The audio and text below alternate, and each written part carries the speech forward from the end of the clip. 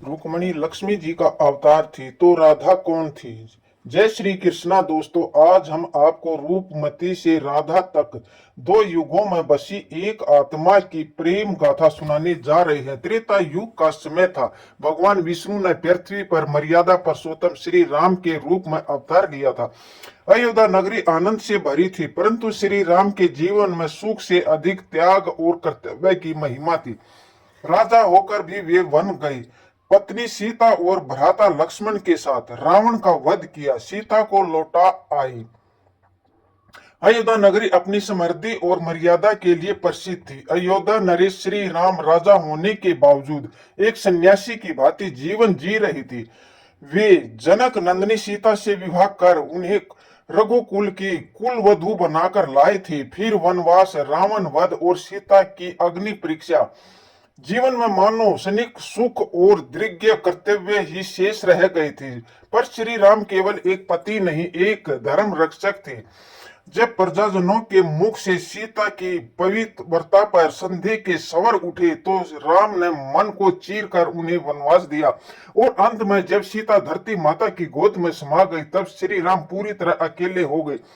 एक दिन महान ऋषियों और तपस्वियों के आग्रह पर श्री राम ने राम नाम महायज्ञ का आयोजन किया। यह कोई सामान्य यज्ञ नहीं था, यह उस साधक का यज्ञ था जो स्वयं के नाम का ही जप करता है। उसमें अहंकार का त्याग आवश्यक था। नियम था, यज्ञकर्ता को एक सामान्य गृहस्थ की भांति अपनी पत्नी के साथ यज्ञ में बैठना होगा। राजसभा संबंध हो गई। सभी जानते थे माता सीता अब इस धरती पर नहीं थी, पर नियम को तोड़ना मर्यादा पुरुषोत्तम को स्वीकार नहीं था। राज पुरोहितों ने सुझाव दिया, प्रभु यदि सीता माता की एक प्रतिमा बनवा ली जाए और उन्हें अर्चना का पात्र बनाकर पूजा किया जाए तो यज्ञ विधि पूर्वक संपन्न हो सकता है। श्री राम मौन रहे, आंखें बंद की, मानो उनके हृदय में कोई मौन स्वीकृति प्रकट हो। उन्होंने अनुमति दी। सोने, चंदन और तुलसी की मिश्रित मिट्टी से बनाई गई वह प्रतिमा दिव्य थी। उनकी आंखों में सीता की करुणा थी, होठों पर त्याग और स्तंभ और हृदय में प्रतीक्षा की पीड़ा। वह मूर्ति केवल प्रतिमा नहीं थी, वह संजीव लगती थी। यज्ञ आरंभ हुआ। श्री राम पत्नी रूप में उस मूर्ति को अपने पास बैठाकर साधक बनाकर राम नाम का जप करने लगे। सप्त दिवसीय यज्ञ के पश्चात जब मूर्ति विसर्जन का समय आया, अयोध्या में हलचल मच गई। जैसे ही वह मूर्ति जल में प्रवाहित करने को उठाई गई, वह प्रतिमा धीरे धीरे कांपने लगी। उनकी आंखों से अश्रुधारा बह निकली। समस्त सभा स्तंभ, मूर्ति के होठ फड़फड़ने और एक करुणा पुकार उभरी, प्रभु आप मुझे पत्नी की भांति प्रतिष्ठ कर पूजन में सम्मिलित कर रहे हैं। क्या अब मेरा स्थान केवल जल में बह जाने योग्य है? क्या मेरा प्रेम, मेरी भक्ति, मेरा समर्पण केवल एक यज्ञ और अप्रोचिताएं बनाकर रह जाएंगी? श्री राम की प्रतिमा को स्थिर किया। उनकी आंखों में गहराई उतार आई। उन्होंने पूछा, तुम कौन हो? मूर्ति बोली, मैं रूपवती हूँ, तुम्हारे प्रेम की छाया जो सीता के त्याग के पश्चात भी तुम्हारे समीप रही। मैं वह आत्मा हूं जो तुम्हारे साथ जीना चाहती थी, जिसे तुमने सीता के रूप में पूजित किया, पर जिसे पत्नी का अधिकार नहीं मिला। क्या मेरी पीड़ा भी सुनी जाएगी? श्री राम मौन रह गए। वे जानते थे यह कोई साधारण प्रतिमा नहीं थी, यह वही आत्मा थी जो उनके प्रेम की प्रतीक्षा में जन्मों से भटक रही थी। उन्होंने गहरी सांस ली और कहा, रूपमती तुम्हारा प्रेम अमर है।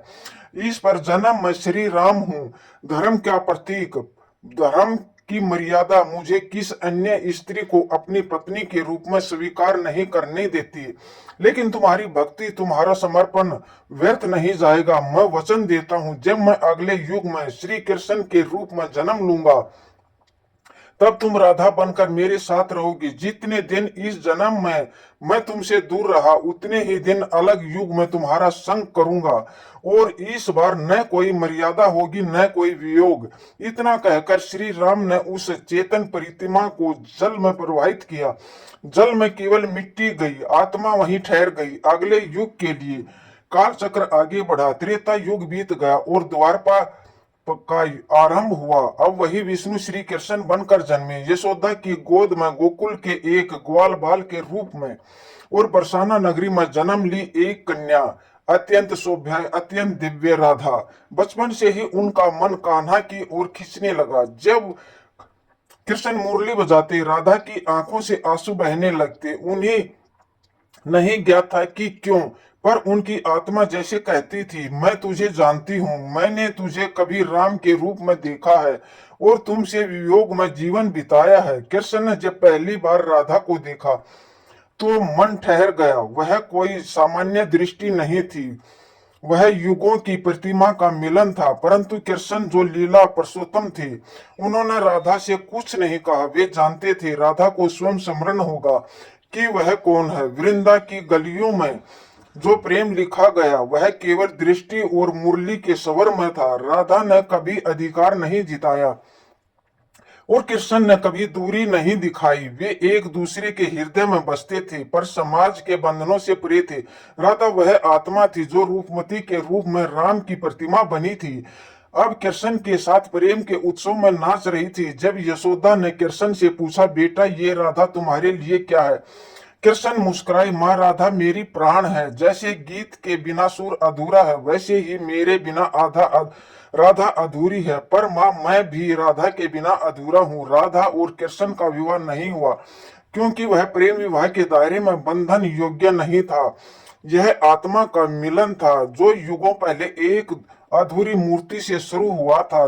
जब श्री राम ने वचन दिया था कि तुम्हारा प्रेम अमर होगा, उसी वचन की पूर्णिमता थी राधा कृष्ण की लीला। रूपमती की पीड़ा, प्रतीक्षा और समर्पण जब राधा के रूप में फलित हुई तो यह सिद्ध हुआ कि सच्चा प्रेम कभी मिटता नहीं। वह समय पार कर पुण्य जन्म लेता है। यह कथा केवल राम सीता राधा और कृष्ण की नहीं है, यह उस प्रेम की कथा है जो प्रतीक्षा करता है, जो त्याग करता है और जो वचन निभाता है। राम का धर्म और मर्यादा, रूपमती को समर्पण और अधूरी याचना, राधा का प्रेम और आध्यात्मिक मिलन और कृष्ण का वचनबद्ध पूर्ण मिलन, यही वो सनातन प्रेम है जो देश से परे है, युगों से जुड़ा है और आत्मा के केंद्र में बसा है। प्रेम से बोलिए जय श्री राम, जय श्री कृष्णा। ऐसी ही और भी रोचक और आध्यात्मिक वीडियो के लिए चैनल को सब्सक्राइब कर ले। दोस्तों आपको ये कथा कैसी लगी कृपया कमेंट करके जरूर बताएं। वीडियो पसंद आया हो तो लाइक करें और अपने दोस्तों के साथ शेयर करें। कमेंट बॉक्स में जय श्री कृष्णा लिखना न भूलें। फिर मिलते हैं एक दिलचस्प वीडियो के साथ। धन्यवाद दोस्तों। जय श्री कृष्णा और कमेंट में जय श्री कृष्णा ना भूलना दोस्तों। जय श्री कृष्णा, राधे राधे।